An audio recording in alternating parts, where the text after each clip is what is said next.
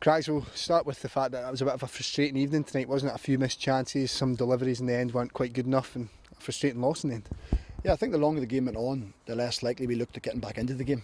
I thought the first 20 minutes we started really, really well. We were positive. Our movement midfield was good. I thought we moved the ball well. We created chances. We had a free kick on the edge of the box, Don put over with the penalty miss, which was, at that stage a bit of a hammer blow, because when you're on top in the game, you have to take your chances. So after 20-25 minutes, the game became quite even.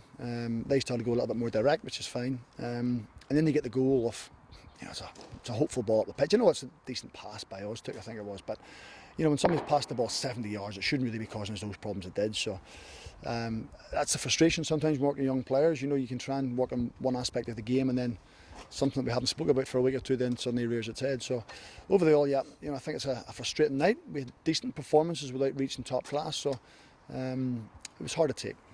Sunday was a case of a slightly disappointing performance, but the result was there. This was a bit opposite tonight because Hearts had some good experienced players out in the park and the boys played well there. Yeah, there wasn't a big difference. I prefer to play against the kids to play against the older players. I think it tests them.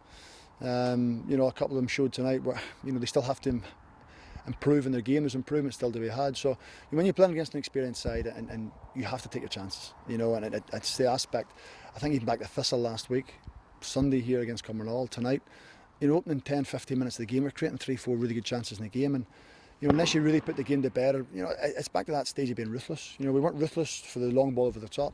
We weren't ruthless in the final third when we had chances, but as the game wore on, we became a little bit unstuck, and we needed a little bit of inspiration, and sometimes that's the difference from the young ones being ready to step up now or being ready to step up in 6 or 7 months' time. They lack that little edge to their game. And the final thing we do with the ball, I always talk about, whether it's a final cross, final shot, a corner kick, the longer the game went, I thought that deteriorated with it. So, there was a few harsh words at half time. I just think some of them need a little kick up the backside now and again. Some of them will take it personally. Well, that's life. If they take it personally, deal with it. But we're just trying to get the best out of them. In terms of for the youngsters going forward, how important is it not to let it get to them if they can, and to push on and get a result coming up?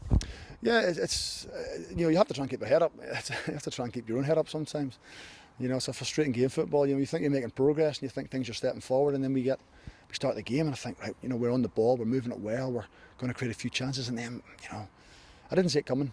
But to be fair, a lot of them have played 3 games in a week. The younger ones, it's quite high intensity games they're playing. They're covering great distance. I keep talking about the GPS, but we're covering great distance, and you just wondered tonight, did they run out of energy a little bit, or run out of legs a little bit? We looked a little bit weary as the game went on. So, they have to improve. Consistency is that word for them to get into the first team. It has to be consistency. So we'll push on and we'll keep working.